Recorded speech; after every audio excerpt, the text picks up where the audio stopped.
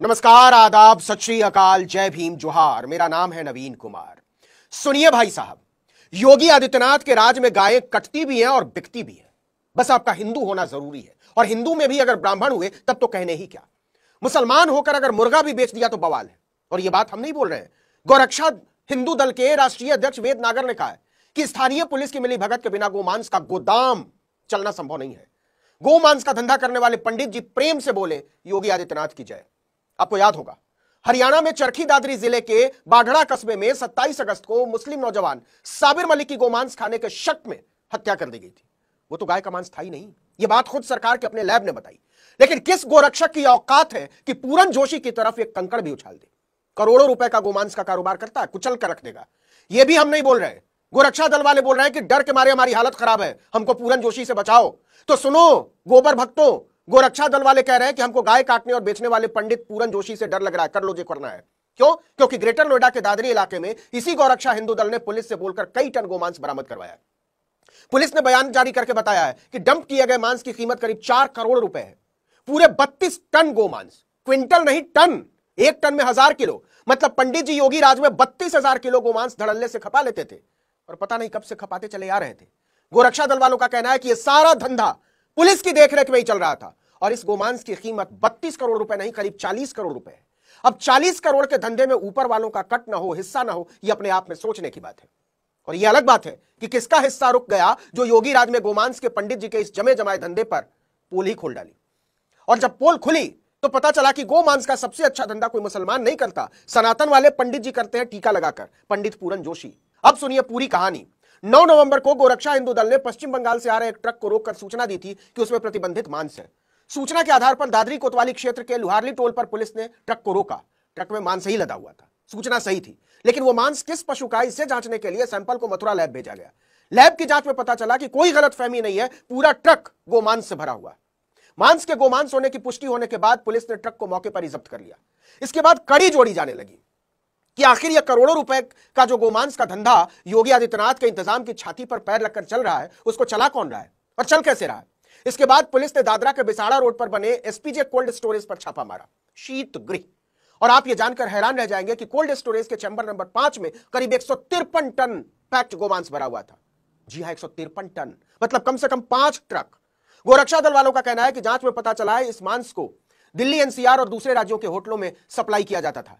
इसके बाद 5 लोगों को गिरफ्तार कर लिया गया। नाम सुनिए, पूरन जोशी कोल्ड स्टोरेज के मालिक, अक्षय सक्सेना मैनेजर, शिवशंकर ड्राइवर और सचिन संचालक, सब हिंदू। केवल एक आदमी मुसलमान है, खुर्शीदीन नबी। गोमांस के धंधे में असली माल कूट रहा था पंडित पूरन जोशी। बाकी सारे लोग पूरन जोशी के लिए ही काम करते थे, कर्मचारी थे, मालिक पूरन जोशी। अब गोमांस के थोक विक्रेता शुद्ध शाकाहारी सनातनी पंडित जी की महिमा सुनिएगा। गोरक्षा दल वालों का आरोप है कि गोदाम मालिक पूरन जोशी का पूरे देश में बड़ा नेटवर्क है, वो काफी ताकतवर है, उसकी पहुंच बहुत ऊपर तक है। गोरक्षा दल के वेद नागर की हालत खराब है। उनका कहना है कि मेरी जान को खतरा किसी मुसलमान से नहीं है, गोमांस कारोबारी सनातनी ब्राह्मण से है। वेद का आरोप है कि इस छापे के बाद गोदाम मालिक पूरन जोशी उनकी हत्या करवा सकता है, इसलिए उसको पुलिस की सुरक्षा मिलनी चाहिए। यह उसी उत्तर प्रदेश में हुआ है जहां मुसलमान छींक भी दे तो उसमें योगी आदित्यनाथ को साजिश की गंध आने लगती है। लेकिन सनातनी पंडित पूरन जोशी धड़ल्ले से गाय कटवा रहे थे, पैक करवा रहे थे और खिला रहे थे, तो बटेंगे तो कटेंगे वालों की जुबान को काट मार गया है। गोरक्षा हिंदू दल की मांग है कि गोदाम मालिक और दूसरे आरोपियों पर गैंगस्टर एक्ट के तहत कार्रवाई की जाए। इसके अलावा गोदाम को बुलडोजर के जरिए ध्वस्त किया जाए। क्या मजाक करते हैं गोरक्षा दल वाले। पंडित का गाय कटवाना और गोमांस बेचना भी सनातन की सेवा है। गैंगस्टर एक्ट और बुलडोजर क्रांति पर केवल मुसलमानों का कॉपीराइट है। अब्दुल को टाइट करना होगा तब चलाना।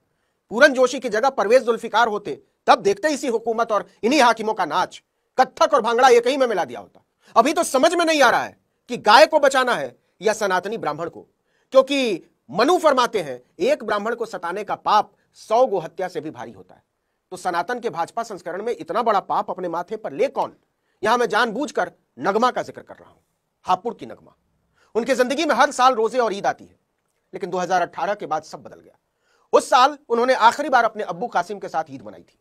शाम होते ही रोजा खोलने के लिए जैसे ही मस्जिद से आवाज आती है, नगमा अपने परिवार के साथ इफ्तार करने लग जाती है। इस परिवार में सब है, लेकिन नगमा के पिता नहीं है। जैसे जैसे ईद करीब आती है, नगमा के लिए अपने पिता कासिम की यादें और ताजा होती जाती हैं। नगमा कहती हैं, हम किसी को बता भी नहीं सकते कि हमें कैसा महसूस होता है जब हमें अपने पापा की याद आती है। वो बताती हैं कि ठीक ईद के बाद हमारे पापा को मारा था। जब भी ईद आती है तो हमें उनकी बहुत याद आती है। त्योहार पर सब होते हैं लेकिन पापा नहीं होते। इस घटना के पीड़ित और चश्मदीद समयदीन ने अपने बयान में कहा था, मैंने उनसे कहा था कासिम को क्यों मार रहे हो। इस पर वो मुझे मारने लगे और कहा कि तुम दोनों गाय काटते हो। उन्होंने हमारी एक न सुनी बल्कि हमें पहले से ज्यादा मारने लगे। कासिम ने हाथ जोड़कर बहुत बार पानी मांगा लेकिन उन्होंने पानी तक नहीं दिया। वो जितनी बार पानी मांगता वो उसे उतना ही पीटते और इस तरह प्यास से छटपटाते हुए कासिम की मौत हो गई। इस अमानुषिक बर्बरता को लंपट हिंदुत्व बोलते हैं और कहते हैं कि इससे हिंदू धर्म मजबूत होता है। लेकिन जब पूरन जोशी गायों को कटवाकर पूरा गोदाम भर देता है तो उन्हीं लंपटों की पेशाब निकल जाया करती है। साफ है कि उन्हें किसी मांस से कोई लेना देना नहीं।